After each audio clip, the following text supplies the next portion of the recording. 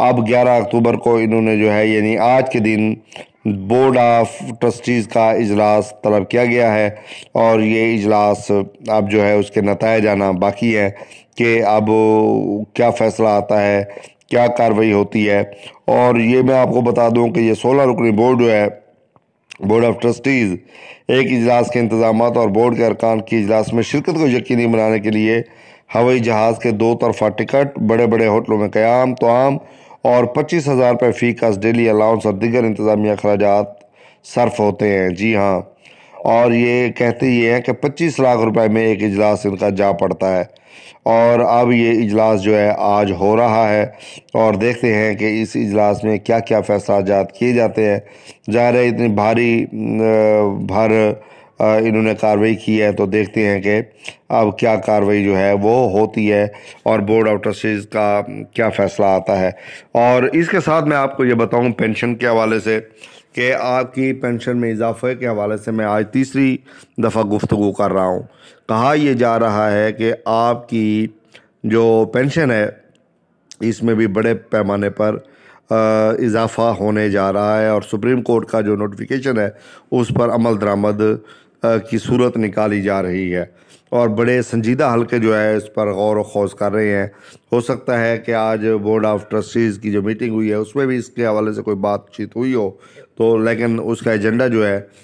اس کا agenda meeting اور اس کا منٹس آف میٹنگ کچھ دیر بعد آ جائیں گے، تو میں اس کے انتظار میں ہوں۔ جیسے ہی وہ مجھے موصول ہوتے ہیں میں اس پر ویڈیو بنا دوں گا۔ تو سب سے اہم ہے کہ آپ کی پینشن کے حوالے سے بڑی پیش رفت ہونے جا رہی ہے، اور انشاءاللہ بہت جلد ممکن ہے کہ آپ کی پینشن میں جو ہے وہ اچھا خاصا اضافہ ہونے والا ہے، اور ایک ساتھ آپ کو جو ہے کم از کم جو تنخواہ کے برابر پینشن جو ہے وہ ملنے والی ہے۔ اور یہ کوئی معمولی پیش رفت نہیں ہے، بہت بڑی پیش رفت ہے جو ہونے جا رہی ہے، اور انشاءاللہ یہ بہت جلد آپ یہ خوشخبری سنیں گے۔ اس کے ساتھ ساتھ EOBI کا جو اقتصادی کونسل کے حوالے سے میں نے آپ کو عرض کیا ہے کہ اقتصادی کونسل کا اجلاس ہوا ہے۔ اقتصادی کونسل نے جو ہے EOBI کے بجٹ کی منظوری دے دی ہے، 21-22 کے بجٹ کی باقاعدہ منظوری دے دی ہے، اور آئندہ کے لیے اصول طے کر دیا ہے کہ EOBI کے بجٹ کی جو منظوری ہے وہ بورڈ آف ٹرسٹیز دیا کرے گا آئندہ سال سے۔ اب اقتصادی کونسل سے منظوری نہیں لی جائے گی، اس سال دے دی ہے، آئندہ کے بعد جو ہے اس پر جو تمام تر کارروائی ہے وہ بورڈ آف ٹرسٹیز خود کرے گا۔ تو EOBI کے حوالے سے جو ہے بڑی مین یہ 3-4 خبریں تھیں جو میں نے آپ کے ساتھ شیئر کر دی ہیں، اور EOBI کی پینشن پر ایک دفعہ چھوٹی سی بات پھر کر لیتے ہیں کہ EOBI کی جو پینشن ہے اس میں اب اضافہ انشاءاللہ ہو کر رہنا ہے، اور یہ اضافہ اب رک نہیں سکتا، کسی بھی صورت میں اضافے کی رکنے کی کوئی صورت موجود نہیں ہے۔ دوسری طرف میں نے آپ کو یہ بھی بتایا ہے کہ جو سپریم کورٹ آف پاکستان کی ڈائریکشن ہے اس کے مطابق سنا ہے کہ عمل درآمد کرنے کی کوششیں جو ہے وہ شروع ہو چکی ہیں۔ تو اس حوالے سے جو بھی پیش رفت ہوگی انشاءاللہ میں آپ کو ساتھ ساتھ بتاتا رہوں گا۔ امید ہے آج کا موضوع آپ کو پسند آئے گا۔ اس ویڈیو کو زیادہ سے زیادہ شیئر کیجئے، لائک کیجئے۔ ویڈیو دیکھنے کا بہت بہت شکریہ۔